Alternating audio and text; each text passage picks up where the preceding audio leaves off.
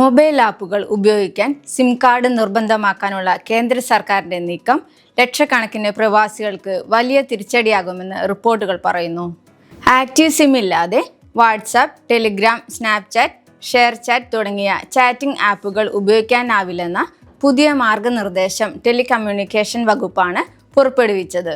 Telecom നിയമ ഭേദഗതിയുടെ ഭാഗമായാണ് തീരുമാനം.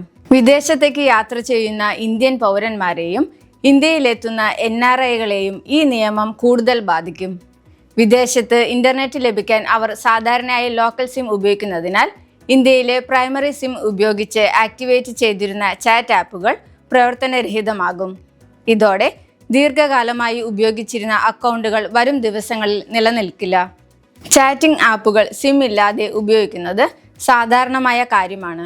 അതിനാൽ സിം നിർബന്ധമാക്കുന്നത് അനാവശ്യ നിയന്ത്രണമാണെന്ന് ഗ്രഹോൺ റിസർച്ചിന്റെ സ്ഥാപകനും ചീഫ് അനലിസ്റ്റുമായ സഞ്ജിത് വീർ ഗോഗിയ വിലയിരുത്തി. ഇത്തരത്തിലുള്ള നിയമം പല നിയമാനുസൃത ബിസിനസ് ഇടപാടുകൾക്കും ആശയവിനിമയങ്ങൾക്കും പ്രതിസന്ധി സൃഷ്ടിക്കുമെന്ന് അദ്ദേഹം പറഞ്ഞു. പുതിയ നയം പ്രൊഫഷണലുകൾക്കും ബിസിനസ്സുകൾക്കും സാമ്പത്തികമായി പിന്നാക്കമുള്ള ഉപഭോക്താക്കൾക്കും തിരിച്ചടിയാകുമെന്ന് CUTS international research director Amol കുൽക്കർണിയും മുന്നറിയിപ്പ് നൽകി. കഴിഞ്ഞ വർഷം മാത്രം 3.089 കോടി ഇന്ത്യൻ പൗരന്മാർ വിദേശയാത്ര നടത്തിയ സാഹചര്യത്തിൽ അടുത്ത വർഷം 3.5 കോടി പേർക്ക് ഇന്ത്യയിലെ പോലെ ആപ്പുകൾ ഉപയോഗിക്കാൻ കഴിയില്ലെന്നും അദ്ദേഹം പറഞ്ഞു.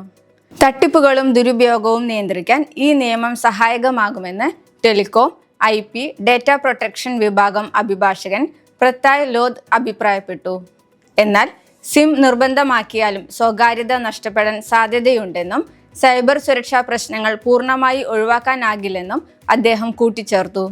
2 സിം ഉപയോഗിക്കുന്നവർക്ക് അക്കൗണ്ടുകൾ സമന്വയിപ്പിക്കാനാകുമെങ്കിലും ദീർഘകാല NRIകൾക്ക് പഴയ വാട്സപ്പ് അക്കൗണ്ട് നഷ്ടമായി വീണ്ടും രജിസ്റ്റർ ചെയ്യേണ്ട അവസ്ഥയിലാകും.